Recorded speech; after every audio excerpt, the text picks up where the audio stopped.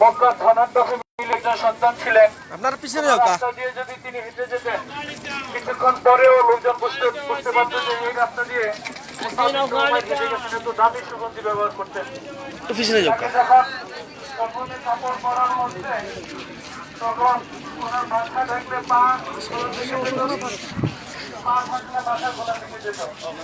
আল্লাহ রাসূল সাল্লাল্লাহু আলাইহি সাল্লামকে তখন বললেন, আমি ছেলেকে মক্কায় দেখেছি, তার মা অনেক সম্পদের অধিকারী ছিল। এটা ছিল ইসলামের জন্য সাহাবায়ে কেরামের আত্মত্যাগ। এটা হচ্ছে সেই উহুদ যেখানে নবী করিম সাল্লাল্লাহু আলাইহি সাল্লামের পবিত্র দেহ মুবারক থেকে রক্ত ঝরেছে দুটি জায়গায়। একটা হচ্ছে উহুদের ময়দান, আর একটা ছিল তয়েফ। সেই উহুদের ময়দানে আমরা এসেছি যেখানে নবী করিম সাল্লাল্লাহু আলাইহি সাল্লামের দাঁত মোবারক শহীদ হয়েছিল। আমরা সেই উহুদের ময়দানে এখন অবস্থান করতেছি। আমাদের ডান পাশে যে ছোট পাহাড়টা দেখছেন, এটাই জাবালে রুমাত বা তীরন্দাজদের পাহাড় বলা হয়ে থাকে, যেখানে 50 জন তীরন্দাজদেরকে আল্লাহ রাসূল সাল্লাল্লাহু আলাইহি সাল্লাম দাঁড় করিয়ে দিয়েছিলেন। আর সেখানেই 10 জন শাহাদাত বরণ করেছে সেই পাহাড়ের উপরে। আমরা সেই ছোট পাহাড়টাকে দেখছি। আর সামনে যে বেড়ি দেওয়া আছে সেখানেই 70 জন শহীদ সাহাবায়ে কেরামের গণকবর রয়েছে। সাইয়্যিদ শুহাদা, শহীদদের নেতা বলা হয় আমির হামজা রাদিয়াল্লাহু তাআলা আনহুকে, যাকে ওয়াহাশী নামক একজন তীরবল্লম্বী শহীদ করে দিয়েছেন। এবং হিন্দা, যার বুক চিরে কলিজা বের করে চিবিয়েছেন, তিনি হচ্ছেন নবী করিম সাল্লাল্লাহু আলাইহি সাল্লামের চাচা আমির হামজা রাদিয়াল্লাহু তাআলা আনহু। আমরা সবাই সালাম দেব ওনাদেরকে। এরপরে সূরা ফাতিহা, সূরা ইখলাস 3 বার পরে আমরা কিবলামুখী হয়ে দোয়া করব ইনশাআল্লাহ।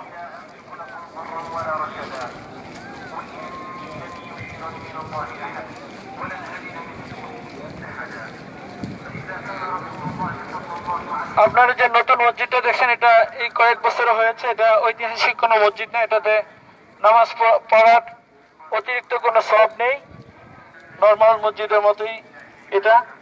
আর এই পাহাড়টা হচ্ছে জাবালে উহুদ, উহুদ পাহাড়।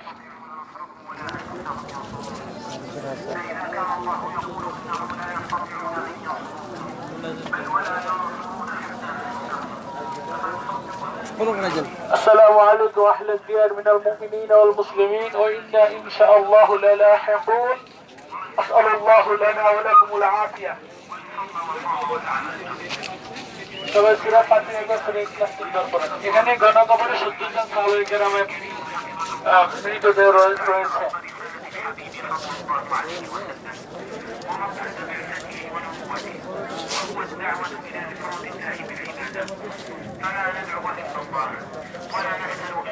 الحمد لله.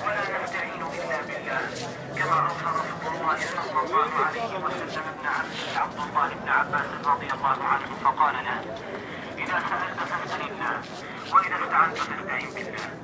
أسأل الله تعالى أن يوفقك حيث ما كنت وأن يرجعك إلى أهلك وبلدك سالما ظالما مقبولا. والسلام عليك ورحمة الله تعالى وبركاته. اللهم صل على محمد وعلى آل محمد كما صليت على إبراهيم وعلى آل إبراهيم إنك حميد مجيد. اللهم بارك على محمد وعلى آل محمد كما باركت على إبراهيم وعلى آل إبراهيم إنك حميد مجيد. ورجب لهم شوي. اللهم آمين. ربنا ظلمنا أنفسنا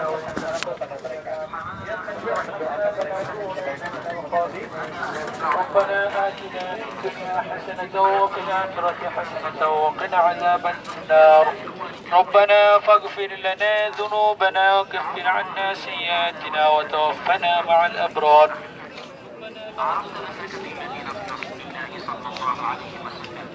والتي قال عنها: المدينة حرم ما بين عين إلى ثور، من أحدث فيها حدثا أو آوى محدثا فعليه لعنة الله والملائكة والناس أجمعين.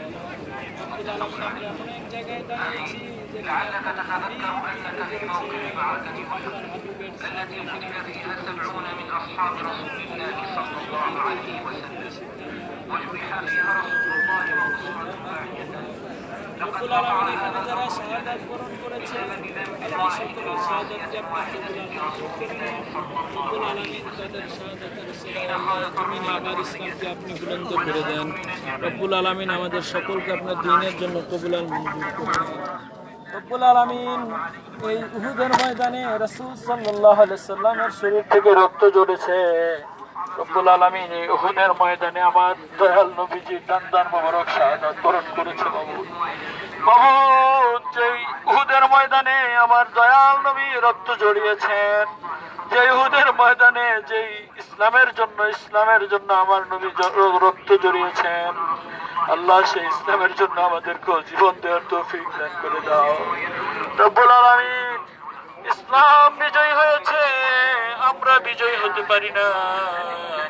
রব্বুল আলামিন আমার নবী দুনিয়ায় চলে গিয়েছে, নবীজির কাজ আমাদের জন্য রয়েছে।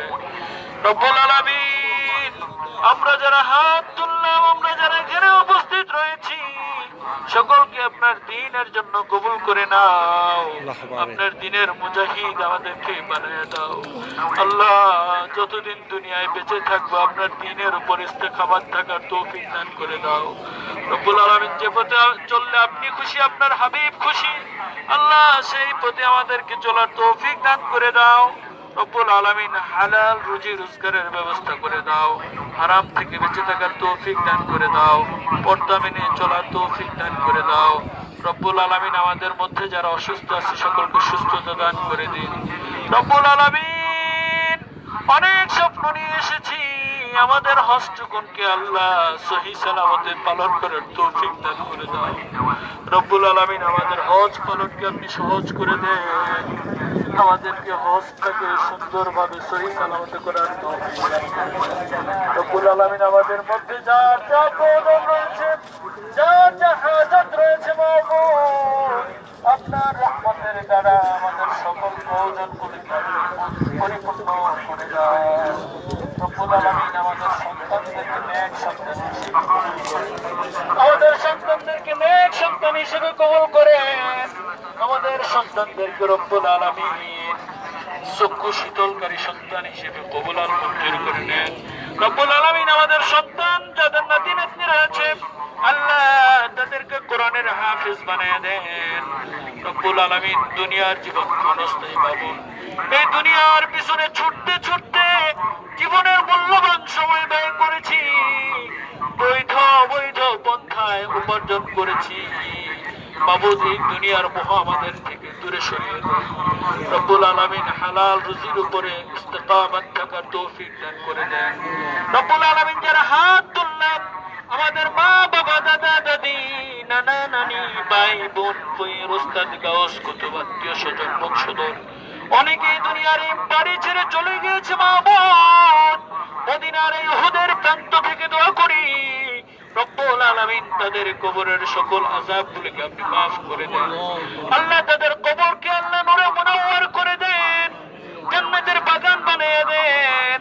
তাদের পক্ষ থেকে মাফ চাই মাবুদ, যদি কোনো ভুল হয়ে থাকে, তারা তাদের কোনো অন্যায়ের কারণে যদি শাস্তি দিয়ে থাকেন, এই উহুদের প্রান্ত থেকে ক্ষমা চাই, তাদেরকে আপনি ক্ষমা করে দেন।